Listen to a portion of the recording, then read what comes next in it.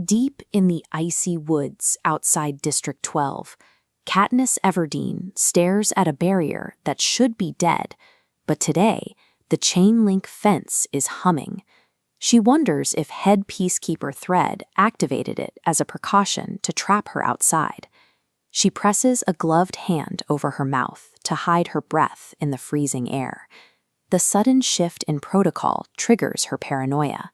She searches the perimeter for surveillance, wondering if hidden cameras have already recorded her arrival. Any accidental contact with the metal mesh means instant electrocution. With the winter-browned frozen solid, she cannot burrow underneath the wire. She scales a neighboring tree and inches her way onto the icy limb of a massive maple. From 25 feet in the air, she prepares to drop blindly into a snowbank, hoping the landing won't leave her incapacitated. Clearing the wire only changes the nature of the threat. Katniss now faces the immediate danger of being caught arriving home late, with an injury that proves she was somewhere she shouldn't have been. She lets go, a brief sensation of weightlessness, followed by a violent jolt as her body slams the frozen earth. Lying flat in the snow, Katniss takes a slow, agonizing breath to assess the damage. A sharp, radiating pain in her left heel and tailbone suggests she has broken a bone. She forces herself to a market near the square to buy bandages and peppermint candy. These items form the basis of a believable alibi. She was running errands, not trespassing in the woods. She stands and smooths out her limp as best she can. Success now depends on maintaining this deception in front of Capitol authorities. By the time she reaches her front door, her left heel can bear no weight. She drags herself inside, only to find 2 peacekeepers waiting in her kitchen. Katniss struggles to keep her panic internal. The female guard stands impassive, giving no indication if she is there with a message or an arrest. Katniss performs. She lets out a heavy sound of exasperation about a long day and walks toward the table, absorbing the excruciating pain in her foot with every step. The tension in the room is visible. Prim stands stiffly by the hearth, her posture reflecting the fear that the family's secret has been exposed. The battlefield has shifted from the woods to the kitchen table.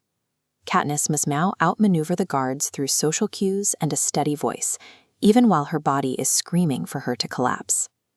To dismantle the Peacekeeper's suspicion, the family launches into a chaotic argument about the location of a goat. Haymitch chooses this moment to chime in, adding another layer of noise to the distraction. Peeta offers a contrite look for supposedly giving Katniss the wrong directions. Katniss glares back to indicate he's being an idiot, leaning into the role of an annoyed teenager. The tension breaks as the family begins to crack up. Peeta wraps his arms around her, and Katniss masks a real yelp of pain with a sound of fake indignation. The Peacekeepers watch this mundane scene and find nothing to report. Their suspicion is replaced by the sight of a messy, domestic argument, and they eventually leave. By projecting normalcy, the family has managed to turn the Capitol scrutiny back on itself. The guards cannot find a crime in a household that looks and sounds exactly like a typical District 12 family. With the guards gone, Katniss finally rests her swollen foot on a hassock by the fire and drinks a cup of chamomile tea. A tendril of sleep syrup pulls her into rest. She wakes up the next day feeling lousy and exhausted, but the immediate threat of arrest has faded. She stays in bed, wondering if President Snow requires irrefutable proof before moving against a popular victor. Peeta stays by her side to work on her family's old Parchment book. He concentrates on drawing the plants she describes, recording knowledge that has been passed down for generations. Documenting these survival skills and strengthening their personal bond serves a dual purpose.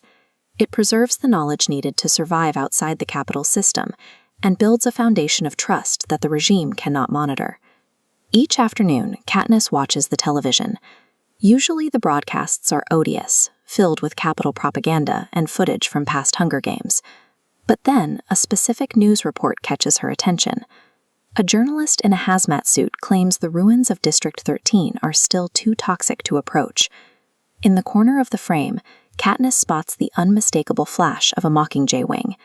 It is the exact same bird she saw in a news clip days ago. The footage of the toxic ruins is being reused.